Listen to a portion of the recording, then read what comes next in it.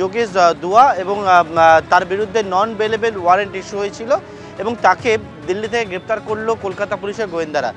তোমাকে বলবো যেটা সবথেকে বড় এখন চিন্তার কারণ হয়ে দাঁড়িয়েছে এই সাইবারের অপরাধের ক্ষেত্রে, সেটা হচ্ছে ডিজিটাল অ্যারেস্ট।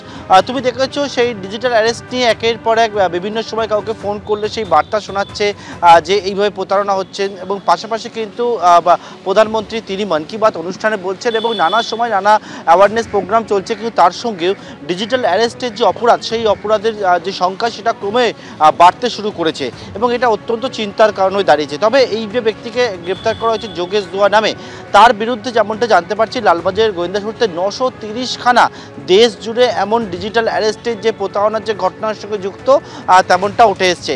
এবং তুমি জানো যে এবছরের একেবারে শুরুতেই চিরাগ কাপুর নামে একজনকে গ্রেপ্তার করেছেন লালবাজারের সাইবার বিভাগ, এবং তাকে গ্রেপ্তার করার পরবর্তীকালে জানা গিয়েছিল এই চিরাগ কাপুর হচ্ছে ডিজিটাল অ্যারেস্টের যে প্রতারণার যে কেসগুলো চলছিল সেই মামলায় অন্যতম কি যে অপারেটর, সে কি অপারেটর হচ্ছেন চিরাগ কাপুর।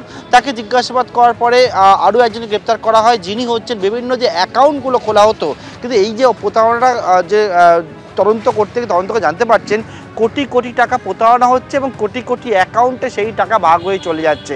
এই রকম যে অ্যাকাউন্ট তৈরির ক্ষেত্রে সেই ব্যক্তি মুখ্য ভূমিকা নিয়েছিল এবং তাকেও গ্রেপ্তার করে লালবাজারের গোয়েন্দারা, এবং তাকে জিজ্ঞাসাবাদ করে উঠে আসে দুই ভাইয়ের নাম, একটা হচ্ছে আদিত্য দুয়া এবং অপর নাম হচ্ছে যোগেশ দুয়া। এবং এই দুই ভাইয়ের খোঁজ যখন শুরু হয় তারা দুজনেই পলাতক থাকে।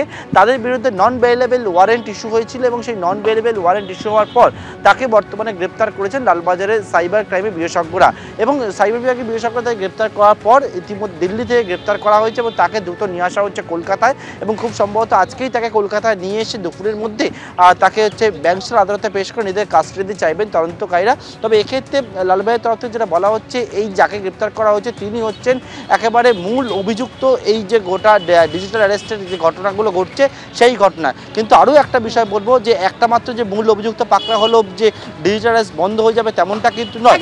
যারা যারা এই সাইবার ক্রাইমের সঙ্গে যুক্ত ছিল তারা বর্তমানে কত দূর তোমার কাছে আসবে পার্থ, তুমি আমাদের সঙ্গে থাকো। শুধু কলকাতাই নয়, এর আগে আমরা দেখেছি যে রাজ্যের বিভিন্ন জায়গা থেকে কিন্তু এই অভিযোগ এসেছে এবং যেখানে দেখা যাচ্ছে যে ডিজিটাল অ্যারেস্ট এই চক্রের ফাঁদে পড়ে তারা তাদের সর্বস্ব হারিয়েছে। নিউ টাউন, গড়িয়াহাট, কোচবিহার, বাগুইহাটি, কোচবিহার বিভিন্ন জায়গা থেকে আমরা দেখেছি, কল্যাণী একাধিক অভিযোগ উঠে এসেছে এবং সেখানে দেখা যাচ্ছে যে ডিজিটাল অ্যারেস্ট এবং এই পদ্ধতিতে প্রতারকদের ফাঁদে পা দিয়ে সর্বস্ব হারিয়েছেন অনেকেই।